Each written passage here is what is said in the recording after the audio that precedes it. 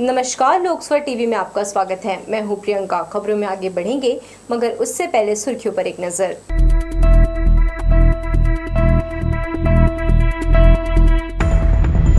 युवक की मौत से अस्पताल में खूब हुआ हंगामा। समय पर इलाज नहीं करने का आरोप, तोरवा के निजी अस्पताल का मामला। पर्यावरण संरक्षण पर अध्ययन करने 2 विदेशी मेहमान पहुंचे छत्तीसगढ़, साइकिल से कर रहे विश्व भ्रमण। रतनपुर के सुरम्य वादियों में अलौकिक रानी मंदिर बना लोगों के आस्था का केंद्र। और सावन में लोग कर रहे तेज धूप का सामना, बारिश की आस के बीच मौसम की आंख मिचौली जारी। तो ये थी सुर्खियां, अब खबरें विस्तार से। सड़क हादसे में घायल युवक की तोरवा स्थित स्वास्थ्य अस्पताल में हुई मौत के बाद जमकर हंगामा हुआ। परिजनों ने हॉस्पिटल प्रबंधन पर इलाज में लापरवाही बरतने का आरोप लगाया, जिसके बाद हॉस्पिटल के कर्मचारियों ने मृतक के परिजनों के साथ जमकर मारपीट की, जिसके चलते एक युवक घायल हो गया। सड़क हादसे में गंभीर रूप से घायल 25 वर्षीय निशु बर्मन की स्वास्थ्य हॉस्पिटल में मौत हो गई। देर से इलाज शुरू करने का आरोप लगाते हुए परिजनों ने अस्पताल के भीतर जमकर हंगामा मचाया। इतने में नाराज हॉस्पिटल के कर्मचारियों ने मृतक के परिजनों से जमकर मारपीट की। मृतक निशु बर्मन के परिजनों के साथ अस्पताल कर्मियों के द्वारा मारपीट किए जाने की सूचना के बाद पुलिस के कई अधिकारी व थानों के टीआई मौके पर पहुंच गए। उन्होंने माहौल को शांत कराने का देर रात तक प्रयास किया। अस्पताल प्रबंधन के कर्मचारियों द्वारा मारपीट किए जाने का वीडियो सामने आया है। एक्सीडेंटल केस है, इलाज करवाने के लिए आए थे। अस्पताल प्रधान ने हमको बोली पहले पैसा जमा करो फिर इलाज करवाएंगे। जो एक्सीडेंटल आदमी था 1 घंटे बाहर खड़े रहा। हॉस्पिटल प्रबंधन द्वारा एक दाना इलाज नहीं किया गया। जब तक पैसा नहीं जमा किया गया तब तक के, जब पैसा नहीं जमा किया वो मर गया वो। उसके बाद परिजन लोग आए, परिजन लोग बोले आप लोग सारा इलाज नहीं किया, हम लोग आके पैसा दे सकते थे आपको। हमको आने में लेट हो गई, कहीं भी हम लोग फंसे रहेंगे। हॉस्पिटल प्रबंधन वाला गुंडे बुला के परिजनों को मारा गया है। यहाँ बच्चे एक्सीडेंट हुआ था, उसको हॉस्पिटल लेके हम लोग आए हैं। तो कोई भी जो है ना, हम लोग उसके चाचा जी हैं, सगे चाचा जी हैं, तुरंत उसका कार्रवाई, उसका जांच तुरंत होना चाहिए था। अंदर लेके गए हैं, ठीक ठाक इलाज नहीं किए उन लोग, तत्काल में पैसा का डिमांड किए हैं। डॉक्टर के द्वारा जो गलत ट्रीटमेंट हुआ गया है उनको तत्काल उनको मुआवजा दिया जाए, और जो अंदर जो है जो गुनहगार है उनको तत्काल सजा का प्रावधान किया जाए। उनको जितना हो सके जल्द से जल्द उनके ऊपर कार्रवाई किया जाए। परिजनों का आरोप है कि पैसा पहले जमा नहीं करने के कारण इलाज नहीं किया गया, जिसके कारण निशु की मौत हुई है। दरअसल स्वास्थ्य हॉस्पिटल प्रबंधन पर लगे आरोप कोई नए नहीं है।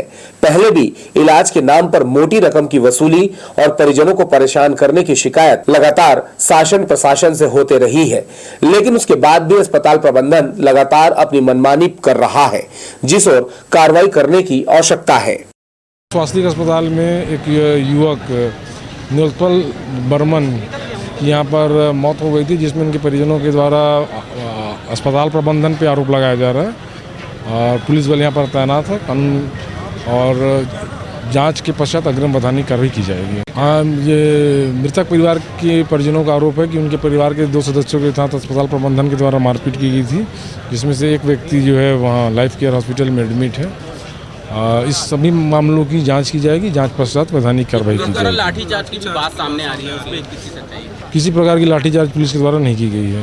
स्वास्थ्य हॉस्पिटल की अगर सही तरीके से जांच कराई जाए तो एमसीआई के मापदंड पर वह खरा नहीं उतर पाएगा। यहां मरीजों के इलाज के नाम पर सिर्फ प्रयोग हो रहा है। मरीज को गंभीर समस्या नहीं होने पर उसे भी गंभीर बताकर कई टेस्ट कराए जाते हैं। इलाज के नाम पर हो रहे खेल की जांच होनी चाहिए।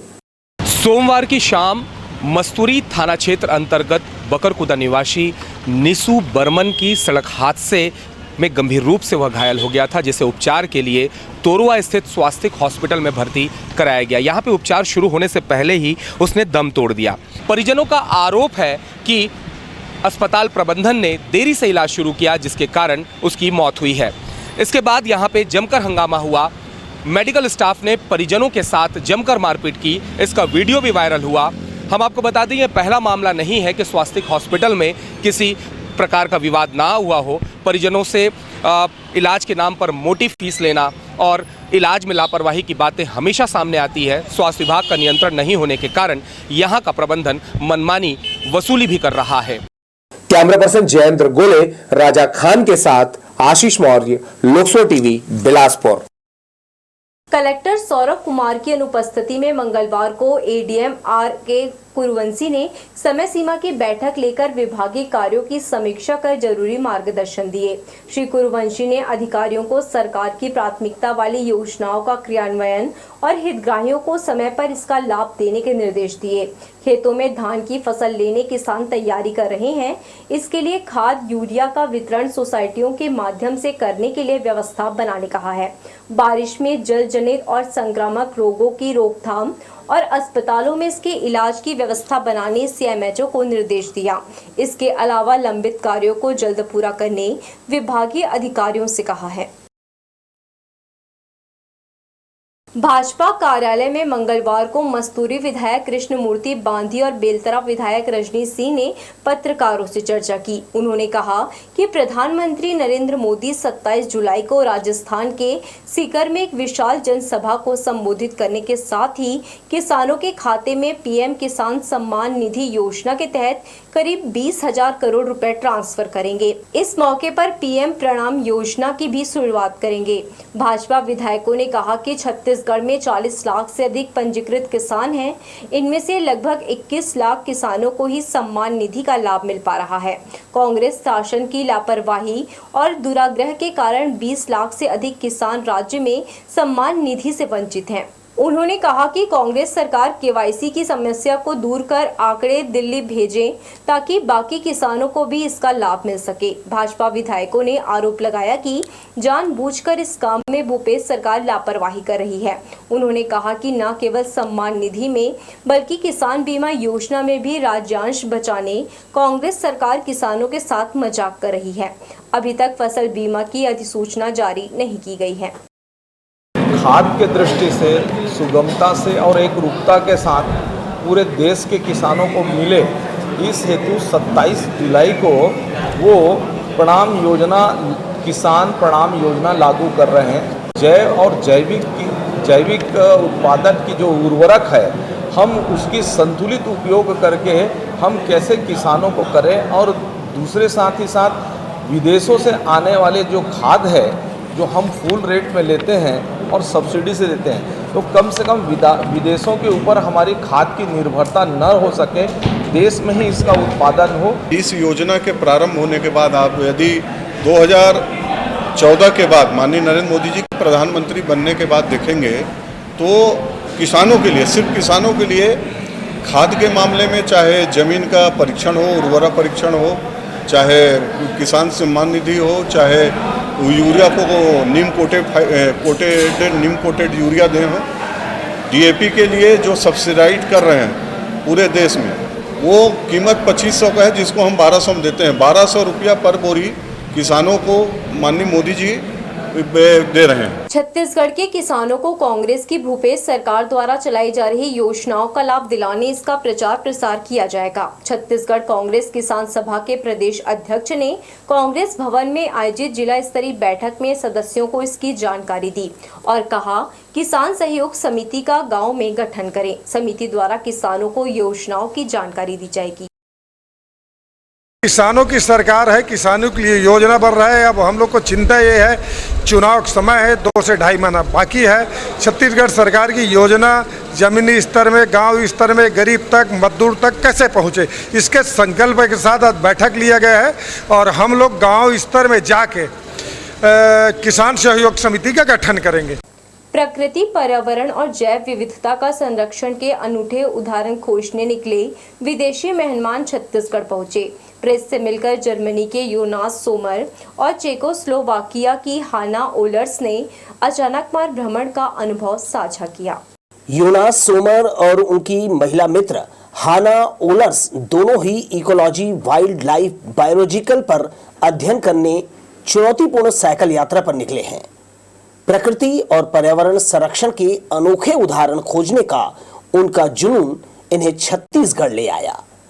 जंगल मितान क्लब और नेचर पीपुल नेटवर्क संस्था के सहयोग से विदेशी मेहमानों ने अचानक मार्ग क्षेत्र का अविस्मरणीय दौरा किया। अचानक मार्ग भ्रमण का अनुभव साझा करते हुए यूनास सोमर और हाना ओलर्स ने कहा, पर्यावरण पर मनुष्य की निर्भरता की एक सीमा होती है। इस ओर सरकार को ध्यान देना चाहिए जिससे संतुलन बना रहे। नेचर पीपुल नेटवर्क के संस्थापक श्रेयांश बुधिया ने ट्रांसलेटर की भूमिका निभाई। Humans coexist with wildlife, and we've seen the forests of Achanakmal ourselves, which are very impressive and worth protecting. So, yeah, we really love this here. Also, meeting all the people that fight for these areas. Yeah. हमें यहाँ पे प्रकृति संरक्षण के कई सारे उदाहरण मिले। हमने यहाँ पे स्लॉथ भालू देखा, भालू मारा क्षेत्र में चौकिया के पास। अचानक मार गए, अचानक मार में हमने महिला जो गार्ड हैं और महिला जो गाइड हैं जो काम करती हैं उनसे हमारी मुलाकात हुई और हमें एक उदाहरण मिला जिसमें हमने देखा कि किस प्रकार से संरक्षण में भी महिला सशक्तिकरण किया जा सकता है। Yes, so we visited both areas and we've seen a great possibility for conservation. Firstly, locals are very inclined on कुछ अलग-अलग प्रकार के वन्य जीव थे। बैम्बू फॉरेस्ट का अच्छा पैच मिला जो, और एक चीज जो अच्छी दिखी वो ये कि जो स्थानीय लोग हैं उनमें किसी न किसी प्रकार की संवेदनशीलता है उस क्षेत्र को लेकर। परंतु जो समस्याएं हैं, खासकर कुछ समस्याएं जैसे चराई की समस्या है, मवेशी गैर कानूनी रूप से बहुत बड़ी तादाद में। इससे अगर जंगलों को बचाना, उस पूरे क्षेत्र को बचाना है तो सबसे पहले इससे निपटना पड़ेगा और इसके लिए जरूरी है कि जो स्थानीय निवासी लोग हैं उनका इसमें कंसल्टेशन और उनका इसमें सहयोग लिया जाए। एक सप्ताह के दौरान उन्होंने मरवाही, पेंड्रा, अमरकंटक, केवची, लमनी क्षेत्र का भ्रमण कर यहाँ के पर्यावरण में मौजूद जैव विविधता को करीब से जाना। जर्मनी के यूनास और चेकोस्लोवाकिया की हाना स्थानीय वनवासियों के जंगल और इसमें मौजूद वन्य जीव के प्रति प्रेम देखकर अभिभूत हुए। उन्होंने जर्मनी से यात्रा शुरू की और 13 देश और 13,000 किलोमीटर की साइकिल यात्रा पूरी कर चुके हैं। यूनास और हाना अभी 7 देशों के जंगल क्षेत्रों का भ्रमण करेंगे। उनका अगला पड़ाव बांग्लादेश का सुंदरबन रहेगा। यह पर्यावरणीय खोज और अध्ययन विश्व के लिए दस्तावेज के रूप में वे उपलब्ध कराएंगे।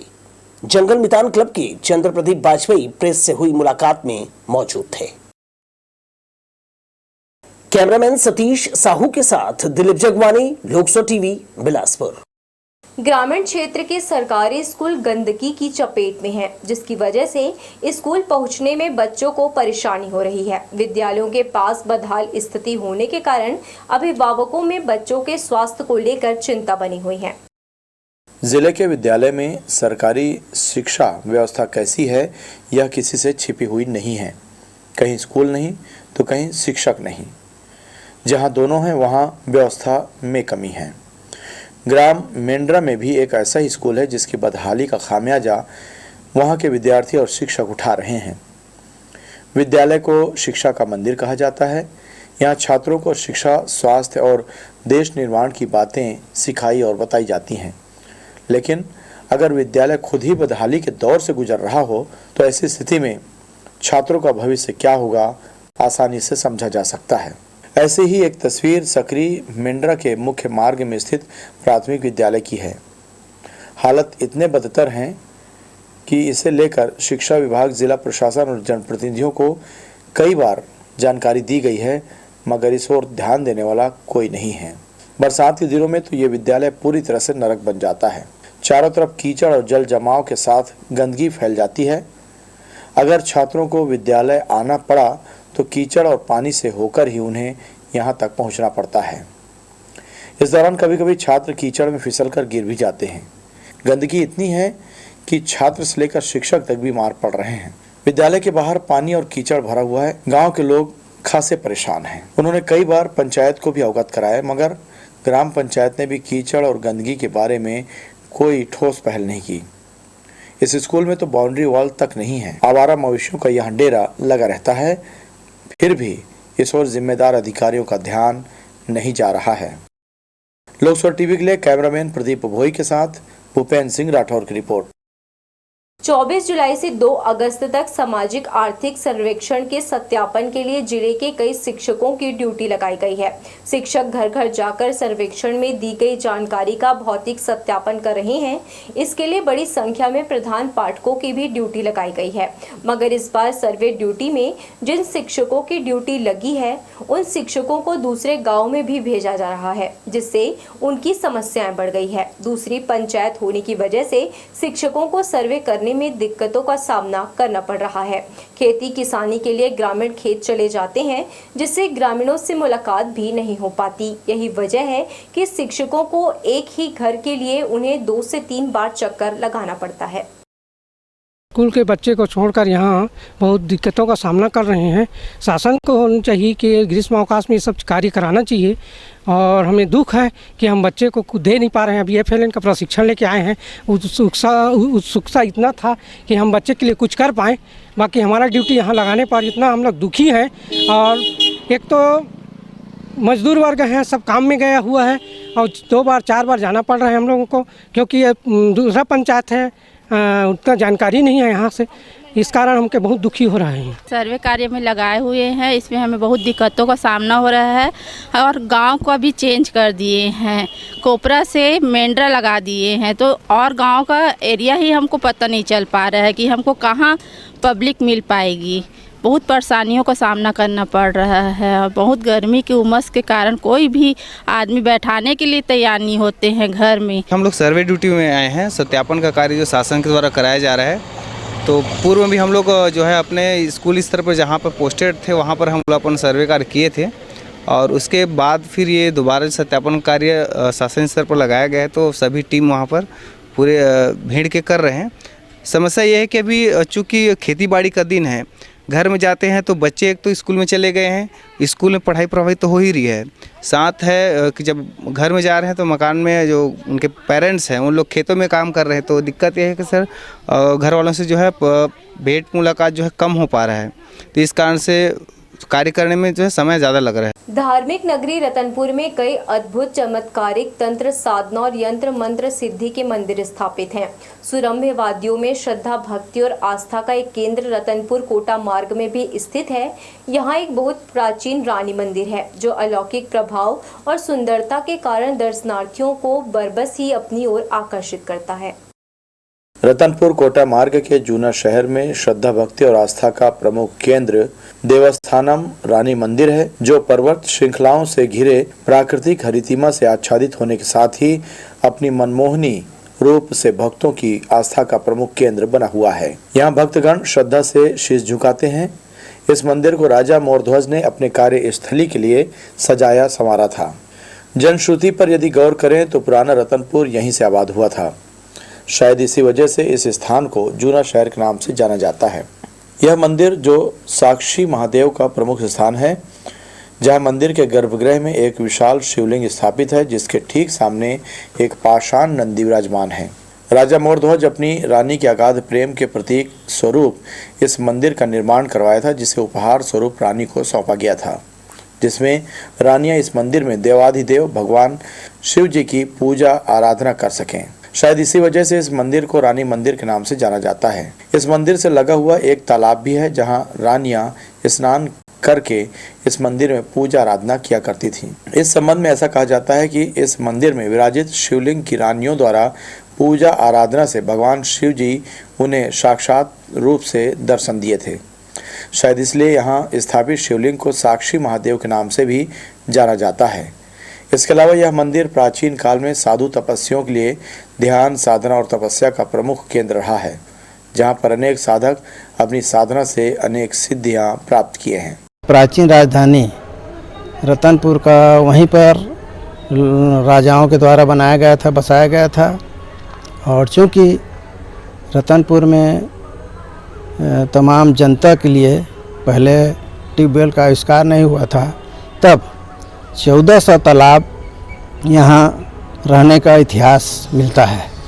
इसी तारतम्य में यह रानी तालाब जिसे हम कहते हैं खुदवाया गया था, और वाकई में पहाड़ के तलहटी में है छोटा सा, लेकिन बहुत सुरम्य स्थान में है और सुंदर दिखता है। चारों युगों की ऐतिहासिक पर्यटन नगरी, जिसे मंदिरों की नगरी भी कहा जाता है। कलचुरी काल के राजाओं ने 700 वर्ष तक यहाँ शासन किया।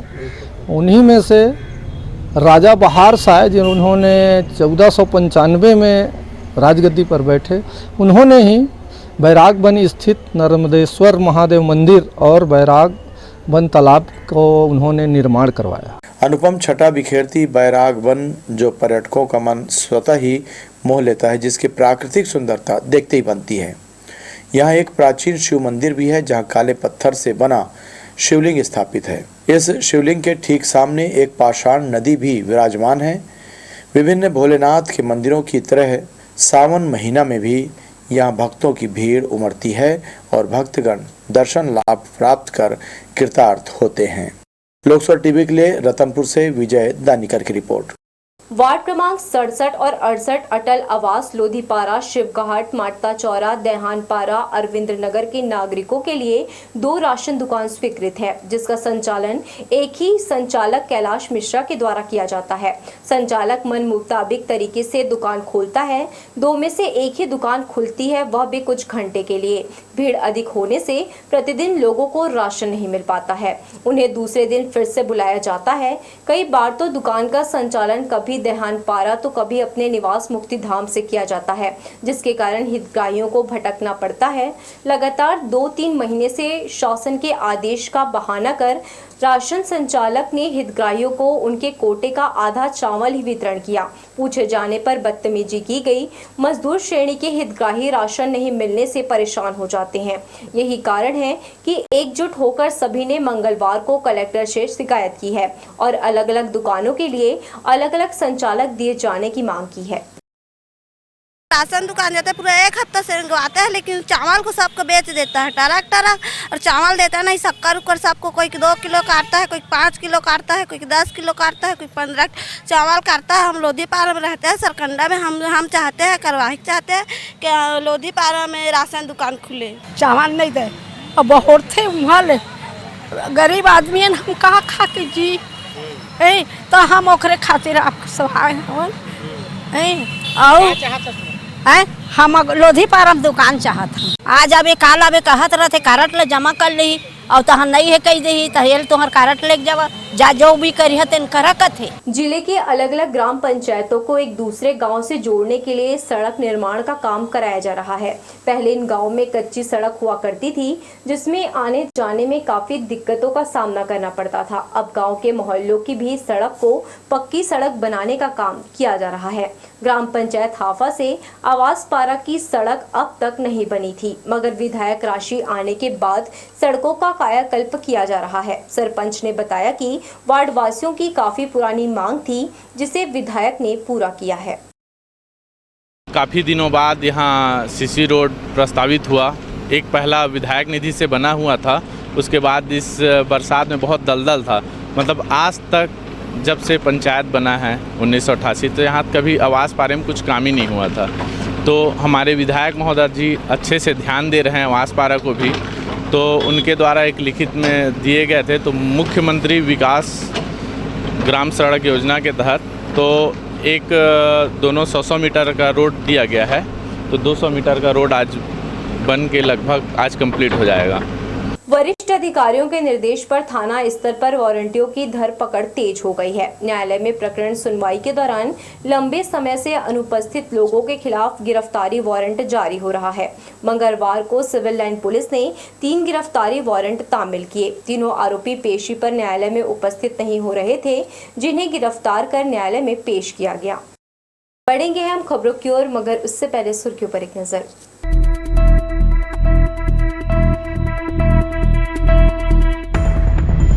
युवक की मौत से अस्पताल में खूब हुआ हंगामा, समय पर इलाज नहीं करने का आरोप, तोरवा के निजी अस्पताल का मामला। पर्यावरण संरक्षण पर अध्ययन करने 2 विदेशी मेहमान पहुंचे छत्तीसगढ़, साइकिल से कर रहे विश्व भ्रमण। रतनपुर के सुरम्य वादियों में अलौकिक रानी मंदिर बना लोगों के आस्था का केंद्र। और सावन में लोग कर रहे तेज धूप का सामना, बारिश की आस के बीच मौसम की आंख मिचौली जारी। ब्रेक के बाद आपका स्वागत है। बारिश नहीं होने से सावन के महीने में तेज धूप और उमस से लोग परेशान हो गए हैं। चकरभाटा में सामान खरीदी करने आ रहे लोगों को धूप का सामना करना पड़ रहा है। इतना ही नहीं, उमस के चलते दुकान संचालक पसीने से तरबतर हो रहे हैं। हम आपको बता दें कि इस मौसम के चलते डायरिया और आई फ्लू की बीमारी भी बढ़ गई है। बिल्हा थाना क्षेत्र से रिश्ते को कलंकित करने वाला मामला सामने आया है। जेठ ने अपनी बहू से छेड़छाड़ की। महिला के मना करने पर आरोपी सुरेश डहरिया ने उसके साथ मारपीट की। पति के घर आते ही पीड़ित महिला ने घटना की जानकारी देकर पति के साथ थाने पहुंच गई। बिल्हा पुलिस मामले को गंभीरता से लेते हुए आरोपी को 24 घंटे के भीतर ही धर दबोचा। आरोपी के खिलाफ पुलिस ने मारपीट, छेड़छाड़ और अन्य धाराओं के तहत कार्रवाई की है। पीड़िता के द्वारा थाना आकर एक रिपोर्ट दर्ज कराया गया था, जिसमें पीड़िता द्वारा यह बताया गया था कि उसके जेठ के द्वारा रास्ता रोककर छेड़छाड़ किया गया है और अश्लील गाली गलौज किया है, जिसके संबंध में थाना में अपराध पंजीबद्ध कर विवेचना की जा रही थी। विवेचना दौरान आरोपी सुरेश डहरिया को तत्काल अभिरक्षा में लेकर पूछताछ की जा रही है। विवेचना भी जारी है। चकरभाटा के नगरौड़ी गांव में एक युवक शराब पीकर आतंक मचा रहा था। इस दौरान कुछ महिलाओं ने उसे गाली गलौज करने से मना किया। इस पर शराबी युवक ने महिलाओं को ही गाली गलौज करते हुए मारने की धमकी देने लगा। महिलाओं ने डायल 112 को मौके पर बुलवा लिया, जिससे नशेड़ी बौखला गया और महिलाओं से गाली गलौज करने लगा। पुलिस तिलक राम साहू को थाना लेकर आई और उसके खिलाफ प्रतिबंधात्मक धारा के तहत कार्रवाई की। वार्ड क्रमांक 59 शहीद मंगल पांडे नगर चाटीडी के सैकड़ों नागरिकों ने कलेक्टर कार्यालय पहुंचकर तोड़े गए मकानों का मुआवजा देने की मांग की। उन्होंने कहा वे उस जगह पर करीब 50 वर्षों से रह रहे हैं। उन्हें 1984 और 1996 में पट्टा प्रदान किया गया था। मकान के बदले मकान नहीं दिया गया है। वर्तमान में उनके द्वारा आवास योजना के तहत फॉर्म भरा गया और निगम को मांग पर 81,000 रुपए भी दिया गया, मगर यह नहीं बताया गया था कि उनके मकानों को तोड़ा जाएगा। अब नगर निगम उन्हें घर से बेघर करने चली है। उन्होंने कहा कि 25-30 मकान जो तोड़े गए हैं तत्काल उसका मुआवजा प्रदान किया जाए और उन्हें बेघर ना किया जाए। चाटीडी वासी का एक ही मांग है। पिछले 50 सालों से हम वहाँ रह रहे हैं और हमको छलावा किया जा रहा है, निगम द्वारा धोखा दिया जा रहा है। इसलिए हम मांग करते हैं सभी मोहल्ला वासी हमको वही पट्टा दिया जाए और आवास वाला घर हमको नहीं चाहिए। अभी हम लोग माननीय कलेक्टर महोदय के पास गए थे। हमने बताया कि हम पिछले 50-60 सालों से रहते हैं। हमें 1984 और 1996 में पट्टा दिया गया है। हम लोग रोजी मजदूरी करके रहते हैं। किसी भी कीमत में, किसी भी हालत में हमें पट्टा चाहिए और उसके लिए जो भी करना पड़े हम पूरा वार्डवासी करेंगे और किसी भी कीमत पर हम अपनी जमीन नहीं छोड़ेंगे। जांजगीर के नरियरा में KSK पावर प्लांट में काम के दौरान एक श्रमिक की ऊंचाई से गिरने के कारण मौत हो गई। पोस्टमार्टम के बाद शव लेने सिम्स मेडिकल कॉलेज पहुंचे परिजनों ने बताया कि 23 वर्षीय विशाल राठौर से बिना सुरक्षा के ठेकेदार ऊंची बिल्डिंग में पेंटिंग का कार्य करा रहा था। हादसे में युवक की मौत पर परिजनों ने ठेकेदार और प्लांट के प्रबंधन से मुआवजा राशि की मांग की है। इसके वाटर प्लांट के जो मेडिकल ये रहते हैं वहाँ ले जाया गया तो वहीं एक्सपायर हो गया था। उसके बाद भी ज़बरदस्ती में उसको बिलासपुर ला करके यहाँ भर्ती किया गया और उसके साथ में एम्बुलेंस में सवार एम्बुलेंस में एक एम्बुलेंस का वो चालक था और एक हेल्पर के साथ में ला करके यहाँ पे छोड़ के चला गया। अब कंपनी के तरफ से कोई आकर के कोई जवाबदारी, कोई ये टाइप का कार्य नहीं किया गया है। बस बेफालतू की वजह से बातें इधर उधर करके सबको गुमराह किया गया है। पुराना बस स्टैंड से इमलीपारा मार्ग को वन वे कर होटल महुआ के सामने से ट्रैफिक डाइवर्ट किया गया है। सड़क के बीच नाली का चैम्बर टूटने से जाम लग रहा है। निगम प्रशासन का काम सही ढंग से नहीं होने के कारण लोगों को परेशानी होती है। नाली का चैम्बर नहीं लगाने से हर पल दुर्घटना का खतरा बना रहता है, जिसे ठीक करने की बजाय निगम ने वहां स्टॉपर रख दिया है। नगर निगम का अतिक्रमण दस्ता मंगलवार को यातायात और पुलिस के साथ कार्यवाही करने निकला। तारबहार से गांधी चौक तक नाली के ऊपर दुकान या ठेला लगाकर व्यवसाय करने वालों के खिलाफ कार्यवाही की गई। अतिक्रमण दस्ते ने सभी का सामान जब्त किया। इस दौरान विवाद की स्थिति भी उत्पन्न हुई। दुकानदारों ने कार्यवाही का विरोध करते हुए खूब हंगामा किया। दल बल के साथ पहुंचे अतिक्रमण की टीम ने नो पार्किंग जोन और नाले के ऊपर दुकान लगाने वालों को जमकर फटकार लगाई और कार्यवाही की। तो ये थी हमारी लोकसभा टीवी की तमाम खबरें। अगले बुलेटिन में आपसे फिर होगी मुलाकात। तब तक के लिए पूरी टीम के साथ प्रियंका को दीजिए इजाजत। नमस्कार।